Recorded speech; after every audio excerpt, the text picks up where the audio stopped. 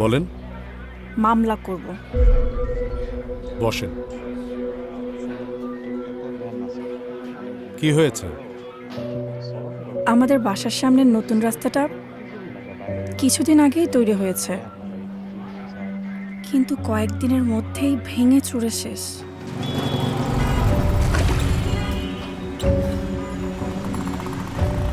গত পরশু বাইক চালাতে গিয়ে সেই ভাঙা রাস্তার গর্তে পড়ে যাই।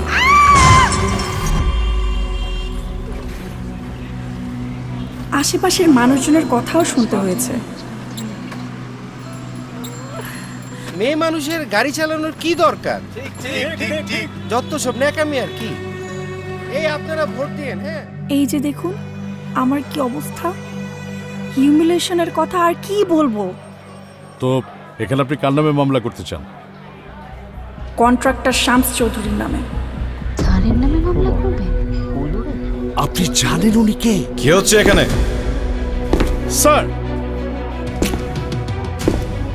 উনি আপনার দুলাভাইয়ের নামে মামলা করতে চান। থামুন, উনার মামলাটা নেন।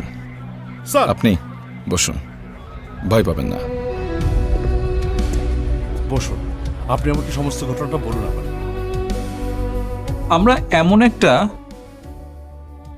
দেশ গড়ে তুলতে চাই যেখানে যে অন্যায় করবে সে শাস্তি পাবে, যে অন্যায় করবে না সে যাতে বৃথা অবিচারের শিকার না হয়।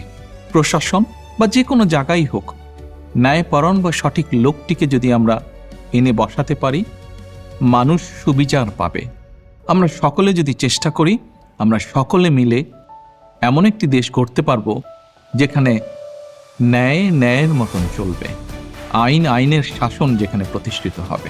এখন শুধু হবে কাজ, কাজ এবং কাজের কথা। করব কাজ, গড়ব দেশ। সবার আগে বাংলাদেশ। ধানের শীষে ভোট দিন।